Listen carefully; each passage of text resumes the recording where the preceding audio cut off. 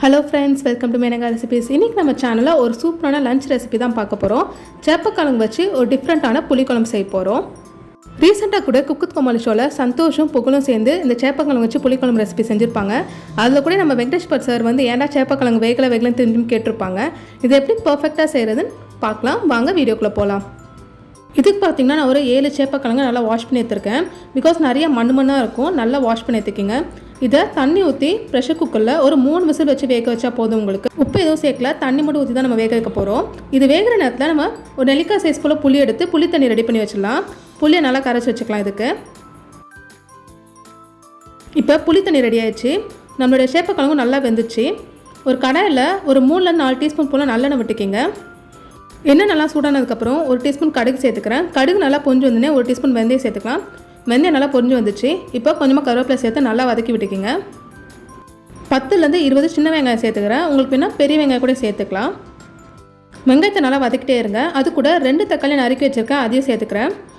தக்காளி நல்லா மசிஞ்சு வர வரைக்கும் நல்லா வதக்கி விட்டுக்கலாம். இப்போ நம்ம கரைச்சி வச்ச புளி தண்ணியும் சேர்த்துக்கலாம். உங்களுக்கு எந்த அளவுக்கு திக்காக வேணுமோ அதுக்கேற்ற அளவுக்கு தண்ணி ஊற்றிக்கிங்க. இப்போ நல்லா ஒரு வாட்டி மிக்ஸ் பண்ணி விட்டுக்கலாம். இப்போ இந்த குழம்புக்கு தேவையான அளவு 2 டேபிள் ஸ்பூன் போல் குழம்பு மிளகாத்தூள் சேர்த்துக்கிறேன்.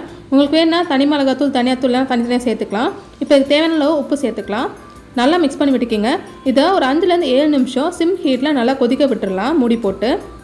இப்போ 7 நிமிஷம் ஆயிடுச்சு, நல்லா கொதிக்குது. இது கூட நம்ம வேக வச்ச சேப்பக்கிழங்க நறுக்கி வச்சுருக்கேன், அதையும் சேர்த்து நல்லா மிக்ஸ் பண்ணி விட்டுக்கலாம். ஒரு வாட்டி நம்ம ஏற்கனவே வேக வச்சு தான் சேப்பக்கிழங்க சேர்த்துருக்கோம், அதனால் ரொம்ப நேரம் நம்ம வந்து கொதிக்க வேணும்னு அவசியம் கிடையாது. இப்போ இது கூட நம்ம வந்து தேங்காவை பேஸ்ட்டாக அரைச்சி சேர்த்துக்கலாம்.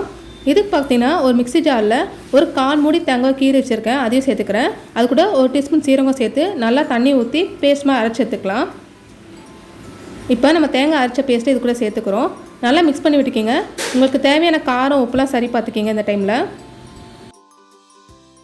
3 நிமிஷம் சிம் ஹீட்டில் நம்ம கொதிக்க விட்டுடலாம்.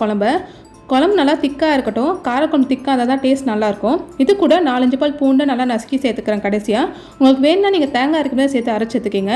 இப்போ லைட்டாக மிக்ஸ் பண்ணி விடலாம். கடைசியாக ஒரு டீஸ்பூன் போல் வெள்ளைத்தூள் சேர்த்துக்கிறேன் டேஸ்ட்டுக்காக. அந்த காரக்குழம்புனாலே அந்த ஒரு காரம் புளிப்பு சூப்பராக இருக்கும் டேஸ்ட். அவ்வளோதான், நல்லா காரசாரமான சேப்பக்கிழங்கு வச்சு புளிக்குழம்பு சூப்பராக ரெடி ஆயிடுச்சு. கண்டிப்பாக லஞ்சுக்கு ஒரு சூப்பரான பெஸ்ட் மெனு ரெசிபி தான் அது. இது கூட ஒரு தட்டு சோறும் ஒரு 2 அப்பளம் வச்சு சாப்பிட்டிங்கன்னா ரொம்ப ஃபுல்ஃபில்லாக இருக்கும். நீங்களும் கண்டிப்பாக ட்ரை பண்ணி பாருங்கள்.